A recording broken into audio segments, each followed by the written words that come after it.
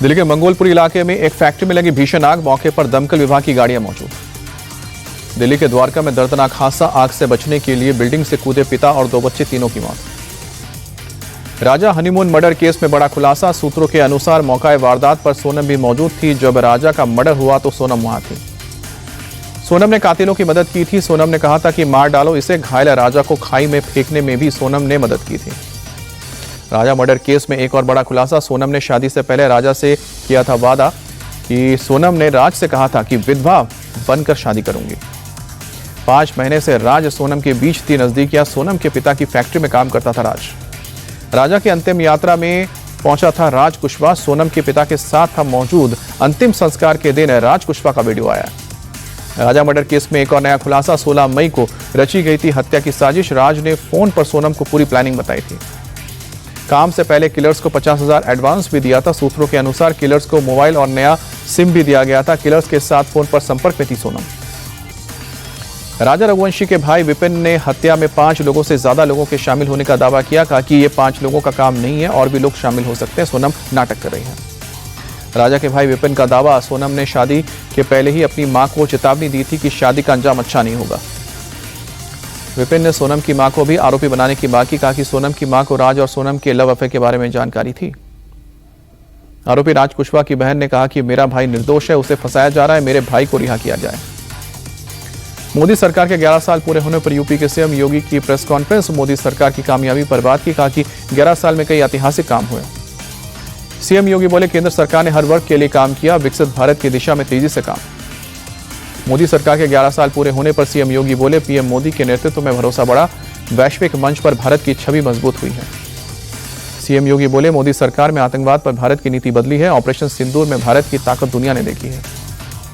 पहले की सरकारों पर सीएम योगी का हमला। कहा कि पहले अस्थिर सरकार से अविश्वास था, पिछली सरकार ने देश को सिर्फ लूटा है, पीएम मोदी के नेतृत्व में भरोसा बढ़ा।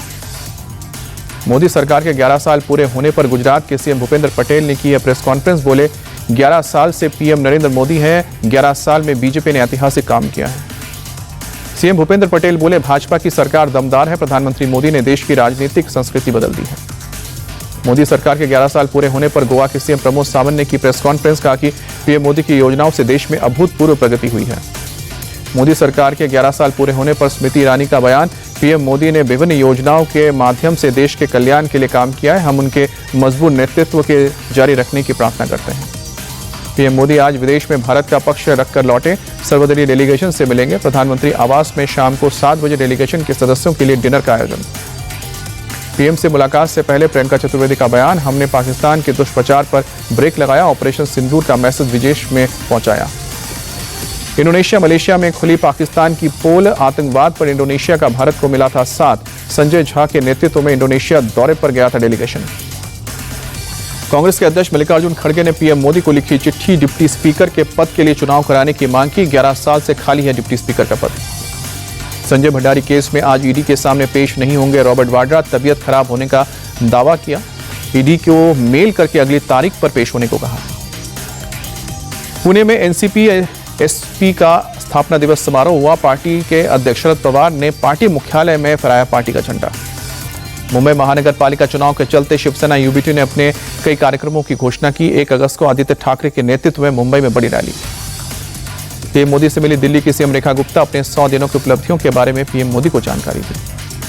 मनीष सिसोदिया को 20 जून को पूछताछ के लिए दूसरा समन। दिल्ली एंटी करप्शन ब्रांच ने क्लासरूम घोटाला मामले में भेजा समन। पटना के पालीगंज में अज्ञात अपराधियों ने 2 बाइक सवार युवकों को गोलियों से भून डाला। सोनू कुमार और रोशन कुमार की मौके पर मौत। लालू यादव का नीतीश सरकार पर हमला, पोस्ट करके लिखा कि नीतीश बीजेपी ने विधि व्यवस्था का दम ही निकाल दिया है, उसका अंतिम संस्कार कर दिया है। नीतीश के शासन में 65,000 लोगों की हत्या।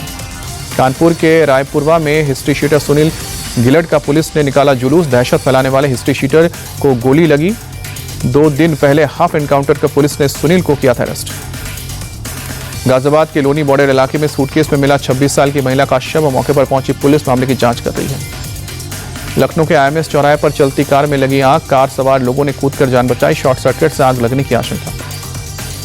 जोधपुर में बुलडोजर एक्शन पर बवाल, अतिक्रमण हटाने गई टीम पर हमला। नगर निगम और पुलिस पर भी की गई है पत्थरबाजी, 12 पुलिसकर्मी घायल। पथराव के बाद पुलिस ने लिया उपद्रवियों पर एक्शन। पत्थरबाजी में शामिल 50 लोगों को पुलिस ने हिरासत में लिया। मुंबई लोकल हादसे के खिलाफ लोगों ने किया प्रोटेस्ट। थाने रेलवे स्टेशन पर हंगामा। स्टेशन के अंदर लोगों ने की नारेबाजी।